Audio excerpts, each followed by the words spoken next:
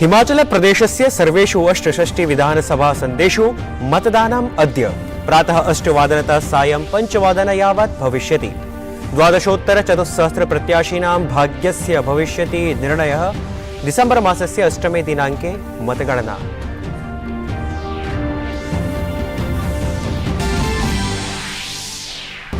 प्रधानमंत्री अद्य आंध्रप्रदेश तेलंगाना राज्याभ्यां विकास परियोजनानां शिलान्यासम् उद्घाटनं च करिष्यति। विशाखापत्तने प्रधानमन्त्रिणः भव्य स्वागतम्। आंध्रे प्रधानमंत्री मोदी 10,500 कोटितोप्यधिकानां परियोजनानां करिष्यति शिलान्यासम्। तेलंगाना राज्यस्य रामगुण्डमे अपि नैकासां परियोजनानां भविष्यति लोकार्पणं शिलान्यासं च।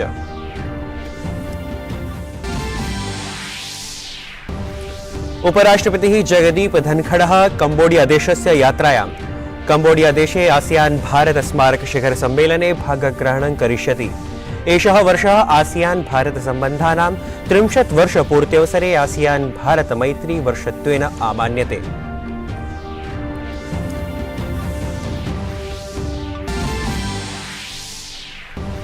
कंबोडियायां वार्षिक आसियान शिखर सम्मेलनस्य प्रथमदिवसे म्यांमार संकट प्रकरणं चर्चितम्। दक्षिण-पूर्व एशिया नेतारः म्यांमारस्य विपक्ष समूहानां सम्मेलने सहमतिः। गतवर्षे सत्ता परिवर्तनेन सहस्रशः जनाः संघर्षे मृताः।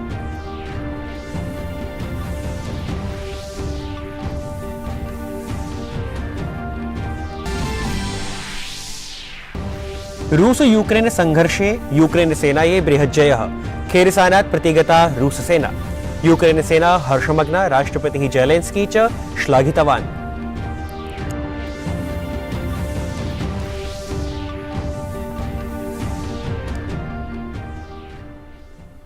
अभिवादये, अहमस्मि नीतीश भारद्वाजः। अत्र भवतां स्वागतम् एतस्मिन् डीडी न्यूज़ वार्ता प्रसारणे। अथ वार्ताः। हिमाचल प्रदेशे विधानसभा निर्वाचनेभ्यः मतदानमद्य। प्रदेशस्य सर्वेषु 68 विधानसभासनेषु युगपत् भविष्यति मतदानम्। प्रातः 8:00 सायं 5:00 यावत् मतदानं करिष्यन्ति मतदातारः। मतदातॄणाम् आधिक्येन सहभागितां सुनिश्चितां कर्तुं निर्वाचनायोगेन व्यापकप्रबन्धाः कृताः। राज्यस्य 68 आसनेभ्यः 24 महिलाः समेत्य 12,400 अभ्यर्थिनः निर्वाचनसङ्गरे सन्ति। राज्ये मतदानाय 84,870 मतदानकेन्द्राणि निर्मितानि, येषु 3 सहायक मतदानकेन्द्राणि सम्मिलितानि सन्ति। केन्द्रद्वयं कांगड़ायाम् एकं च सोलन जनपदे अस्ति। कांगड़ा जनपदे सर्वाधिकाधिकानि सपाद 1600 मतदानकेन्द्राणि निर्मितानि।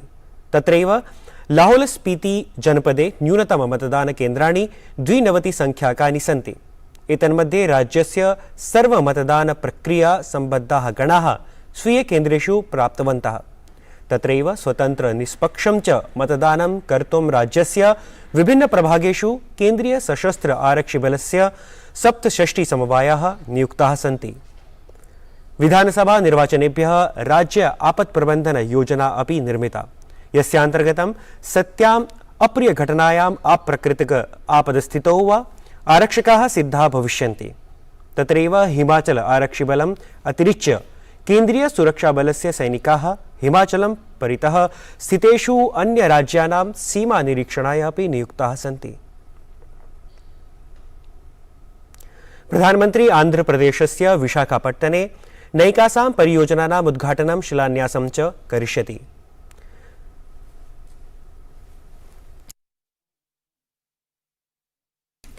प्रधानमंत्री 10,500 कोटि रूप्यकाणां परियोजनानाम् आधारशिलां परिस्थाप्य राष्ट्राय समर्पयिष्यति। सः 6 लेन इति ग्रीनफील्ड रायपुर विशाखापट्टनम आर्थिक संपर्क मार्गस्य आंध्रप्रदेश खण्डस्य आधारशिलां स्थापयिष्यति। विशाखापत्तने कॉन्वेंट जंक्शन इत्यतः शिलानगर जंक्शन पर्यन्तं समर्पितस्य पोत मार्गस्य अपि आधारशिलां स्थापयिष्यति। आंध्रप्रदेशे प्रधानमंत्री श्री मोदी ONGC इत्यस्य यूफील्ड ऑनशोर डीप वाटर ब्लॉक परियोजनां राष्ट्राय समर्पयिष्यति। एषा हि 29 कोटि रूप्यकैः विकसिता अस्ति। अत्रैव विशाखापट्टनम रेल स्थानकस्य पुनर्विकासस्य आधारशिलां स्थापयिष्यति। अपि च विशाखापट्टनम फिशिंग हार्बर इत्यस्य आधुनिकीकरणाय उन्नयनाय च आधारशिलां स्थापयिष्यति।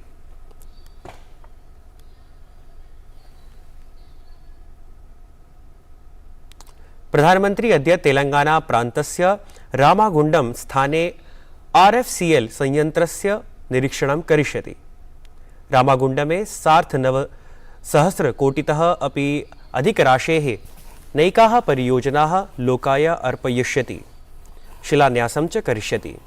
प्रधानमंत्री तत्रैव उर्वरक संयंत्रं राष्ट्राय समर्पितं करिष्यति। ध्यातव्यमस्ति रामागुंडम परियोजनायाः आधारशिला प्रधानमन्त्रिणा श्रीमोदिना 2016तमे वर्षे स्थापिता आसीत्। रामागुंडम संयंत्रं प्रतिवर्षं 12.7 LMT स्वदेशी नीम आवृतं यूरिया उत्पादनम् उपलब्धं कारयिष्यति। एषा परियोजना Ramagundam fertilizers and chemicals limited इत्यस्य तत्वावधाने स्थापिता अस्ति, या हि national fertilizers limited, engineers India limited अथ च fertilizer corporation of India limited इत्येतेषां संयुक्तः उद्यमसमवायः अस्ति। एतत् RFCL केन्द्रं वाति आपूर्तिं जगदीशपुर फूलपुर हल्दिया पाइपलाइन इत्येतेन प्राप्स्यति। एतत् संयंत्रं तेलंगाना राज्येन सह आंध्रप्रदेश, कर्नाटक, छत्तीसगढ़, महाराष्ट्रीयेभ्यः कृषकेभ्यः उर्वरकाणां पर्याप्तापूर्तिं सुनिश्चितं करिष्यति। प्रधानमंत्री भद्राचलं रोड सत्तपल्ली रेलमार्गमपि राष्ट्राय समर्पयिष्यति।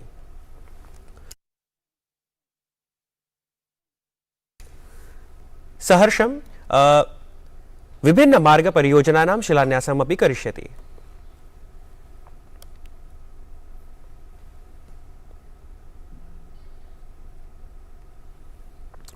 प्रधानमन्त्रिणः आन्ध्रप्रदेशस्य विशाखापत्तनम इत्यत्र जनैः भव्य स्वागतं विहितं। मार्गे बृहत् संख्यायां जनैः पुष्पवर्षा विहिता। प्रधानमन्त्री अस्मिन् अवसरे जनेभ्यः अभिवादनं प्रकटितवान्।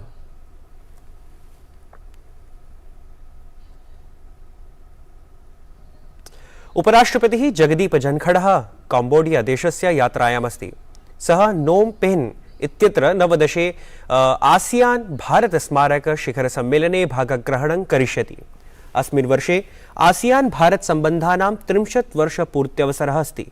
एषः वर्षः आसियान भारत मैत्री वर्षत्वेन आमान्यते। उपराष्ट्रपतिः काम्बोडिया देशस्य अन्य देशानां नेतृभिः साकं द्विपक्षीय वार्ताः अपि करिष्यति। इतः प्राक् उपराष्ट्रपतिः ह्यः नोम पेन् इत्यत्र एकस्मिन् कार्यक्रमे सम्मिलितः अभवत्, यत्र काम्बोडिया वास्तव्यैः कलाकारैः स्वीय पारंपरिक नृत्य माध्यमेन महाभारतस्य मञ्चनमपि कृतम्।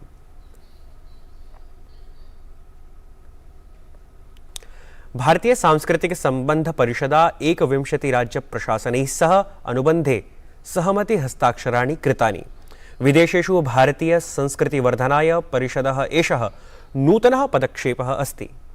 भारत राज्यानां सांस्कृतिकं सम्मेलनम् एतेन माध्यमेन राज्यानां कला, भोजन पद्धतिः, अमूल्याः संस्कृतिन्यासः विदेशेषु लोकप्रियं कर्तुं प्रयासाः करिष्यन्ते।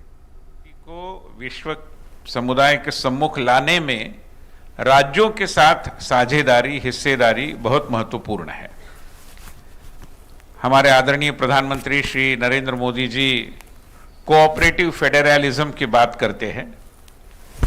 मैं मानता हूं कि ये एक कल्चरल फेडरलिज्म है और कल्चर को हमारे फेडरल व्यवस्था के अंतर्निहित हम विदेश में उसका आकलन बनाने की एक कोशिश ICCR और विभिन्न राज्य सरकारें मिलकर करने का जो एक इरादा है, मैं मानता हूं कि अभी वो एक दृष्टि से और पक्का हुआ है।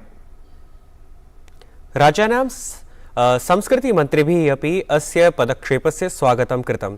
अथ उक्तं यत् एतेन हि स्थानीय कलाकारेभ्यः नूतनमञ्चः, नूतनम् अभिज्ञानं च मेलिष्यति।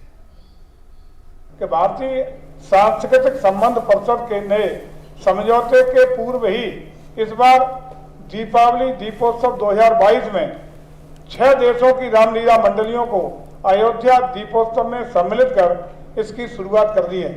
इस समझौते से हमारे प्रदेश के कलाकारों, कला एवं संस्कृति से जुड़े हुए बुद्धिजीवियों, संस्कृत प्रेमियों और सभी को अपने अभीष्ट के विस्तार के सुअवसर प्राप्त होंगे। तो ये जो संस्मरण है हमारी देव संस्कृति के, ये निश्चित रूप में विदेश जाने चाहिए। विदेश की जो प्रतिभाएं हैं, विदेश की जो कला है, वो हमारे देशवासियों को देखने को मिले। जो लोग नहीं जा सकते हैं, जैसे आइस स्केटिंग है, मैं कह रहा था आइस बैले, वो देखने को मिले। हमारे यहाँ काफी बर्फ पड़ती है, तो इस निश्चित रूप में इसका आयोजन किया जा सकता है। तो भविष्य के अंदर मैं समझता हूं कि भारत विदेश में होगा, विदेश की झलक भारत में आएगी। ये हमारे एमओयू संभव करेंगे। रूस यूक्रेन संघर्षे यूक्रेन सेनायै बृहज्जयः। खेरसानात् प्रतिगता रूससेना इदानीं हर्षमग्ना जाता। तत्रत्य राष्ट्रपतिः व्लादिमीर् ज़ेलेन्स्की तत्र सेना श्लाघितवान्।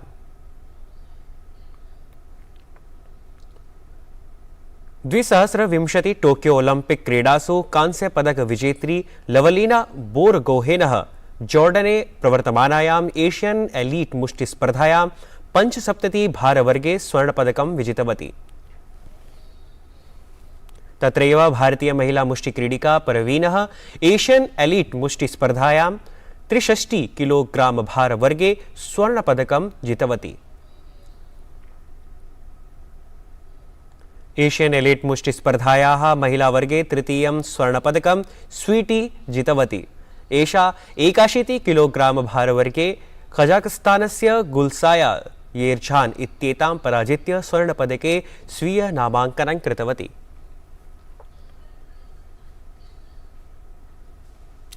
प्रिय दर्शकाः, साप्ताहिक संस्कृत वार्तावली पत्रिकायाः प्रसारणम् अद्य सायं 6 भविष्यति। तस्य च पुनः प्रसारणं रविवासरे प्रातः 7:30 भविष्यति। एतत् वार्ता संस्करणम् अधुना सम्पद्यते। अभिनव वार्ताभिः सह पुनः उपस्थास्यामः। तावत् मङ्गलं भूयात्।